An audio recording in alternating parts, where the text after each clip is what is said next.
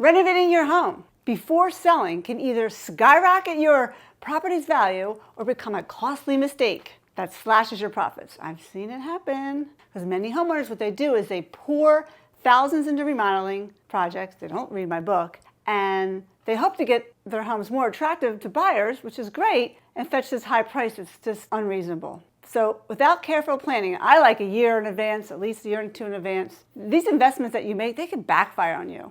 It could lead to wasted money and time. I've seen it happen. I've walked into people's homes and I say, what did you do here? Why didn't you call me sooner?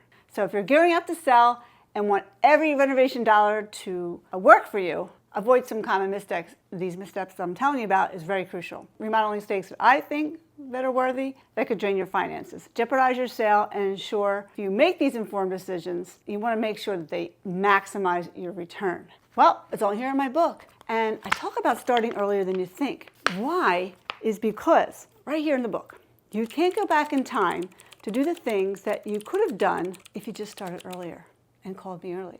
That's how it works. It's great, lots of information here packed in this book. I told them the sharks, the home selling sharks, things in your home that you don't know they're going to hurt you. So right now, are you ready to save thousands of dollars, maybe tens of thousands, when it comes to selling your home? You might think that any home improvement is a good investment, but really, some common remodeling choices can reduce the value of the property, could hurt the marketing. And it depends on what your lot location. I have a whole video about lots. You got to read that one. So you can understand what things you should and shouldn't do to your house. Certain upgrades can end up costing you really a lot of money. Now, I've witnessed this firsthand, how homeowners pour hard-earned money into what they believe are value-boosting renovations, only to find that later on these choices actually deter potential buyers and decrease their home's value. Imagine losing tens, even hundreds of thousands of dollars, all because of a few misguided remodeling decisions. So why does this happen? Well, because homeowners do not start earlier enough, like 1 or 2 years in advance when it comes to selling one of their largest investments, which is their home. So let's avoid these top remodeling mistakes and make sure you get a copy of my book. You get a free copy just by emailing me, or you can get one online at Amazon. It's called How to Fight the Home Selling Sharks. And start up to at least 1 year, I love 5 years even, for your future home sale. You're going to sell someday, so let's get ready. You know when you're going to sell, so there's no problem starting to declutter or do some things in the rooms that you could be doing. Also, get your home selling playbook right here, because the worst mistake is what happens when a seller comes to one of my seminars. I do seminars throughout the year, and then they go home and think they have it all down. They just listen to me for an hour and a half, and they do stuff completely different from what they heard. They call me up, come in, I did all my renovations. I walk through the door, and they spent money on the wrong places. It happens a lot. Or I could walk into a home that did not sell, when it was on the market, and that usually something's wrong. And usually the agent told the seller either the wrong updates or basically always said, just don't do anything, let's just put it on the market. Because what do they want to do? They want to make a commission. So let's avoid these common pitfalls. So I'm going to reveal the top 10 remodeling mistakes that can cost you most money, like I've been saying, so I know you can't wait to hear. And also, I'm going to delve into a little bit about, why they're detrimental and what you can do instead of that really did not spend less money doing it. Something that's going to stand out in a competitive market. So if you're considering selling the next 5 years, or even, you just want to make sure that you're not unknowingly harming your property's value, this video is a must. And also stick around on how to make smart, informed decisions that will protect your investment. It's something you poured money into over the course of the years. Let's protect it. And how you can get the best possible return. This is real valuable information. This is stuff I do every day. I'm going to start with number 10. And the first thing I can think of is people removing closets. Like, why would you do that? People want closet space. This might seem like a minor change to you, especially if you're aiming for a more open and streamlined look. Now, it really depends on which closet you're getting rid of. However, this seemingly small alteration can be a significant deal breaker. I've seen it for potential buyers. I remember one particular house and that was absolutely stunning, but it had no entryway closet. Where did it go? Well, when prospective buyers walked in, they're like, where are my coats going to go? Where are my friends and family going to come and store their coats and shoes and things like that? So this small oversight created a lingering sense of inconvenience that overshadowed the home's other beautiful features. Believe it or not, just that one little thing. Buyers and every homeowner loves storage space. That's why I have my clients clean out their closets. So there's only a few things in there. And their storage spaces, and leave them as empty as possible. Put it in someone else's house, as I say, and someone else's basement or in storage. People can, people want to see their stuff in your home. When they open up a closet, they don't want to see things coming at them. Do you open up your closet right now and you have a lot of stuff coming at you? Well, you want to make sure you start with your closets. So do not remove a closet that creates perceived value to a buyer, because if there's a lack of adequate storage, it can make the home that, even if it's a really attractive home, it can make it feel impractical. If they can't see a convenient way to store their items especially, it can significantly impact their decision-making process. I've seen it happen. So instead of limiting closets, think about optimizing them or even adding more discrete storage solutions, which people just love storage. So this way you maintain your home's practicality while still achieving the look that you desire. So if you're contemplating a remodel, remember to keep those closets intact. And if you're selling in the near future, thin those closets out. Start working on your closets first. It's the easiest thing to do. So you're not really thinking that you're moving, but I know how hard it is to plan to move because I was thinking about it myself. Number 9, do-it-yourself projects. Oy, I've seen that a lot of times. I've seen them go wrong. Now, we all love the idea of rolling up our sleeves and getting our hands dirty and creating something beautiful for our homes, but there's also a certain satisfaction that comes from saying, I did this myself. However, I call it a DIY project. Isn't executed perfectly. If it's not, it can become a significant deterrent for potential buyers. I've seen it happen. Just imagine buyers, like somebody walking into your house to buy it and seeing some uneven paint lines or paint on the ceiling, crooked tiles, I've seen that a lot, or poorly installed fixtures. These imperfections can glaringly and immediately shift a buyer's focus from the potential of the home to the work that needs to be done. Even minor flaws can raise red flags and make buyers question the overall quality and maintenance of the property. I've seen that too. They might say, like, other corners did they cut, right?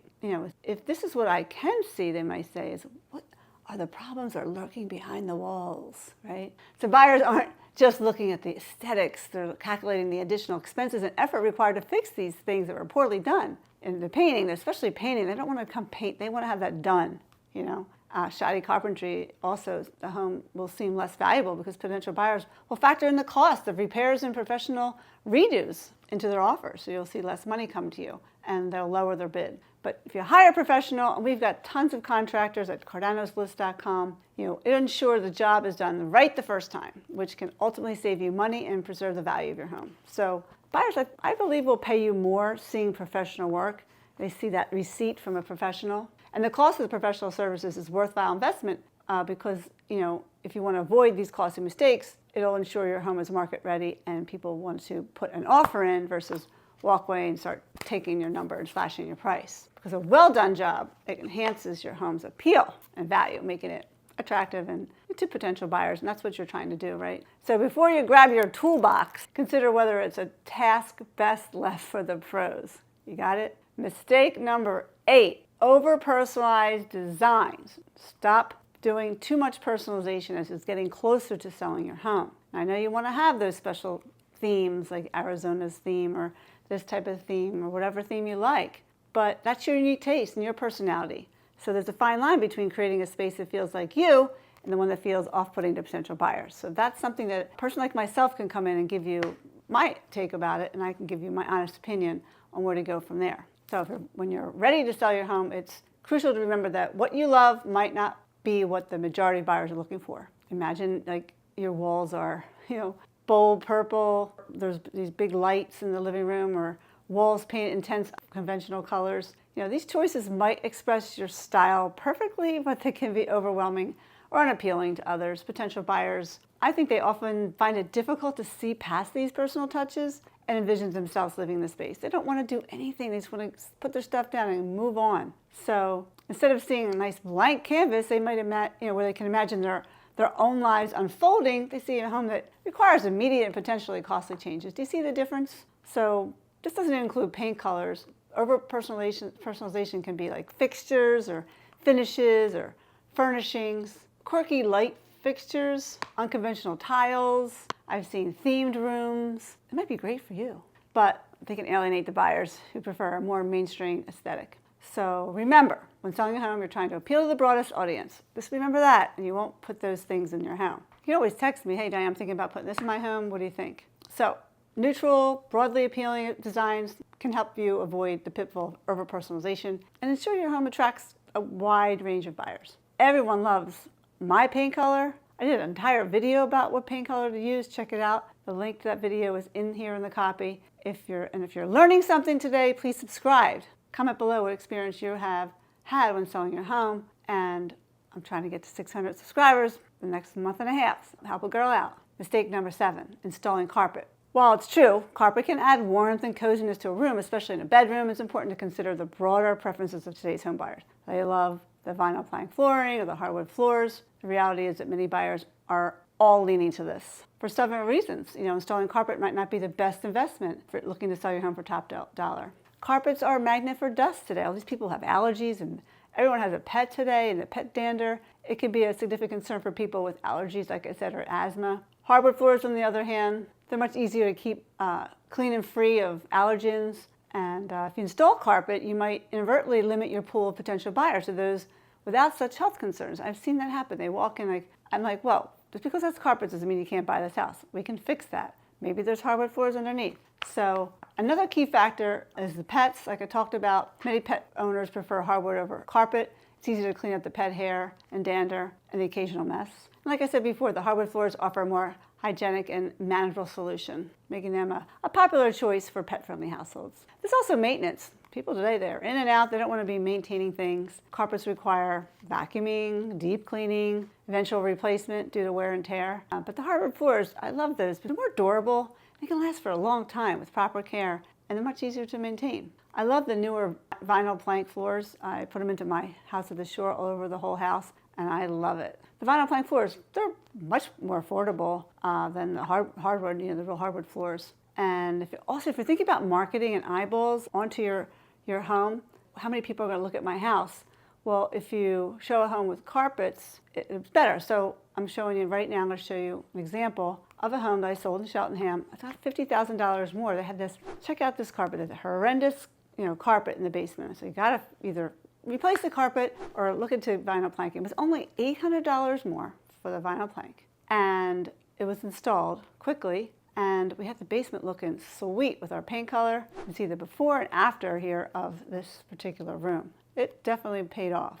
The other thing you can do with carpets, you've probably heard in my other videos, is just take them up. If you've got hardwood floors underneath, right, you can let them shine. Just put that mop and glow shine over on it. I've done that to many of my houses where I took the carpets up and I then showed the hardwood floors. Like here's one example, right, that I've showed in my last video that had the carpets there, and then the floors were just absolutely gorgeous after. You can't say that these aren't nicer. Not just nicer, but just a better option. So avoid making that mistake of installing new carpet when preparing your home for sale. Focus on making your existing floor look as best and consider the long-term preferences of home buyers. The idea here is increasing your home's marketability, okay? Very important. That will increase your chances of a successful sale. I've done it before. Just invite me over. Or I could do a virtual walkthrough of your home. I do that now. I have 5 or 6 virtual walkthroughs a day. I just go through your home and give you quick, first-hand tips. It's called a virtual room by room. And if you like one of these room by rooms that are virtual, all you need to do is contact me. My information's below. Love to hear from you. What's the mistake 6? I'm going down backwards. So it's wallpaper, guys. No, people aren't doing wallpaper today. And it usually turns buyers away. So if you have wallpaper, plan on removing it or painting over it. But buyers don't like wallpaper because they don't like the hassle of having to remove it. It's time consuming and labor intensive. They're faced with stripping these wallpaper off. They don't love it. It's a daunting task. Scraping and steaming and a lot of elbow grease, which is kind of off-putting for buyers. They prefer to avoid homes with extensive wallpaper. They tell me all the time, I say, listen, wallpaper is easy. Do not look at the wallpaper. I have to tell them not to look at the fact that it has wallpaper. They want a home that feels like a blank canvas. I say that a lot. They want to feel they can easily personalize with their own decor and furnishings. It kind of makes it difficult for buyers to envision their belongings. I know it sounds funny, but that's what they do. And then they'll disconnect from your home. They'll just swipe it off and delete it. So if you have neutral walls, no wallpaper, sense of spaciousness happens. And buyers can see what the potential of all of your rooms. And also you want to attract a wider audience, right? You want to get lots of eyeballs on your listing. So like I said earlier, guys, if you have wallpaper, contemplating getting rid of it, removing it, or painting over it. We'll let you know which we feel you can do. I got tons of great videos about painting, and I have one video just recently did about choosing the right paint color. Okay, enough about the wallpaper. Let's go on to the next one. Fifth mistake, I don't see it as much, but overspending on landscape. I have people like, oh, I have such beautiful landscape. I'm like, yeah, and they want like another $50,000 for their home. It's no secret that curb appeal plays a real significant role in attracting potential buyers, and of course a beautifully landscaped yard can indeed make your home more attractive and help it sell faster. However, it's crucial to strike a balance, because when you're investing in landscaping, it can enhance the visual appeal of your property. Ooh, it looks pretty. It doesn't necessarily translate to a significant increase in your home's value. Now, I have an example, is like, I had this great house, and I have a couple great houses that have this beautiful landscaping. Buyers were just like, I don't think I can keep up with this. I don't have that green thumb. Exotic plants, or koi pond, elaborate outdoor kitchen, and they might love it, but they don't want to upkeep the, do the landscape. They don't want to have to actually be the one or have to spend the money to keep it up. It can increase your appeal, but it most likely is not going to get you dollar for dollar return on your substantial investment. So make sure you don't overdo it. People are busy today, guys. They don't have time to keep up a lavish garden and many of them have limited gardening skills. And I've seen it happen. So while attractive landscaping can certainly create a positive first impression, it's really all for the interior and overall condition of the home is more heavily in a buyer's decision-making process, okay? Like updated bathrooms and kitchens, spacious and well-designed living areas, functional layouts tend to be more direct impact, I feel, on the perceived value of the property. So now buyers do appreciate a well-maintained yard, but they're not going to be willing to pay a premium for over-the-top landscaping features. So what's the best strategy if you're considering investing in landscaping for selling your home? Just focus on creating a well-maintained, inviting yard, mulching and flowers and a few shrubs here and there that enhances your home's curb appeal without going overboard, okay? If you have any examples for that, just give me a call. I can give you plenty of things you can do. Number 4, this is another one, installing high-end features, the buyer just won't appreciate. It might be tempting to splurge on the custom imported tiles or luxurious cabinets, believing that these premium upgrades will increase your home's value. It really depends on what, how expensive your home really is and what neighborhood you're in. These high-end features often don't hold their value over time and may not provide the return on investment that you're hoping for. High-end features, sometimes I feel they can become quickly outdated because there's tons of trends in home design and it changes all the time. And what's considered luxurious and desirable today might not be in a few years. And also the high-end features can signal higher maintenance costs. Buyers today might be deferred by the thought of maintaining and repairing anything, especially something expensive and delicate. One example is marble countertops. You don't see them that often. They're really nice, but they're also prone to staining and require a lot of sealing. And they might not like it. Actually, they prefer something more practical today. They like quartz or granite, which offer the similar aesthetics, but less upkeep. So what do I suggest? Just focus on functionability, durability, and timeless design to help you create a home that appeals to the broad range of buyers and enhances your chances of a successful sale. When it comes to remodeling, guys, think of it for resale. It's best to keep it simple and timeless. Now, if you're not moving, do what you want to do. Mistake number 3, adding specific rooms or features. What is that like? Well, maybe you want to install this big sauna or an indoor basketball court. I've seen it happen. Or this luxurious big gym or a golf training room. While these unique additions might be fantastic for your personal enjoyment and they will attract a certain type of buyer, they can severely limit your pool of potential buyers, really. And if you walk into a home, for example, and find a closet that was converted into a sauna, you say, I'd rather have a closet. I don't need a sauna. It could be a drawback. Also consider the cost of maintaining, say, the sauna or these specific things. Buyers might be deterred in the idea of inheriting ongoing costs of something they're really not going to use, and they'd rather see that space used differently. Now, similarly, if you install an indoor basketball court or a full gym, it might be a dream of sports enthusiasts, but for most buyers, they might prefer to have a versatile area that they can customize that space to their needs, whether it be a home office, which is really big today, where you need basically 2 home offices, or a playroom for the kids, or even a guest room for parents that are visiting or friends. So a space dedicated to a single niche activity can be seen as a wasted square footage, especially in homes where space is already at a premium right now. When making these specific upgrades, it's really important to consider the demographics of potential buyers. Who is your target market in your area?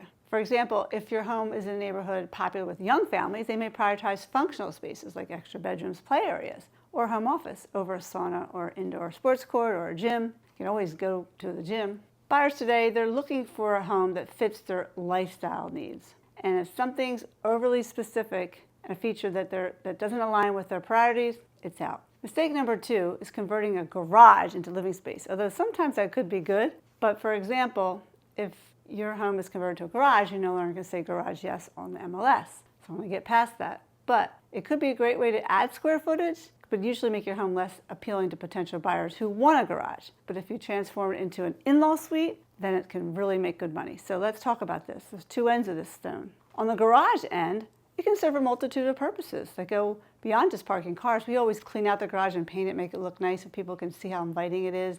They can store things in there. They have tools or outdoor equipment or bicycles or seasonal items. And especially families with multiple drivers, a garage is valuable for protecting vehicles from elements and providing a secure place for car maintenance. And when you convert that garage into living space, you're removing those crucial benefits and potentially turning away a significant portion of buyers who see a garage as a non-negotiable feature. And like I said, because the garage is a no in the MLS, and by eliminating your garage, you're potentially excluding your home from these filtered searches, reducing the number of potential buyers who will even consider viewing your property. And that could lead to a longer time on the market and potentially lower offers, since demand for your home might decrease.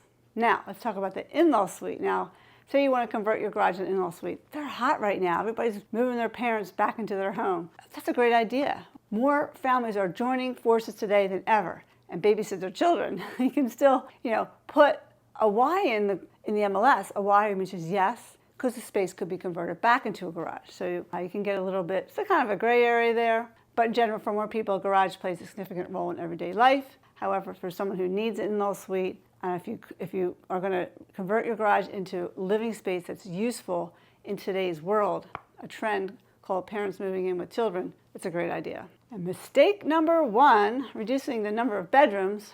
I think that while it might seem like a good idea to combine smaller bedrooms into a larger one for luxurious space, this decision, I've seen it backfire many times when it comes to selling a home. And if you decide to do this, what I tell people is to make sure you can easily put that bedroom back, or what I tell my sellers, if they put 2 rooms into 1, I say, let's get an estimate for putting it back. Then we can market the property with the extra bedroom and then give him a credit, or having the guy come out and convert it back before settlement. See, most buyers have a specific number of bedrooms in mind, in their head, when they're searching for homes. They're often looking for homes with enough separate bedrooms to accommodate not only their children or guests, but now with people working from home, having a home office or 2 home offices, it's important. And by reducing the number of bedrooms, you're not just altering the layout of your home, you're also narrowing your pool of potential buyers, like going from 4 to 3 bedrooms. Not good, and definitely not good to go into 3 to 2 bedrooms when most of the houses in your neighborhood are 3 bedrooms. Because fewer bedrooms mean fewer interested buyers, which can significantly impact your market's value, especially when most of the homes in your area have more bedrooms than you. Buyers will just see your home, less suitable for their needs, and they'll just go on to the next one. So always make sure you keep your bedrooms intact, or can get back to that extra bedroom in there pretty easily. Always the goal, to appeal to as many buyers as possible. Think of that when you're trying to renovate your home. Keep that in mind. And think twice. Think twice before you knock down that wall, because you could be making a costly mistake. So there you have it. I talked about 10 of my top home remodeling mistakes that can cost you money. Get a copy of my Home Seller Playbook for more tips and strategies on increasing your home's value. And if you need an agent, I can help you. Just find the right one. I'll vet them for you. I'll actually do a virtual walkthrough of your home before I even invite them into your home. And make sure you watch my next video on how to declutter your home. It's packed with valuable information. And thanks for watching. Don't forget to subscribe and like and all that good stuff, and hit the notification bell so you don't miss any of our future videos. See you next time.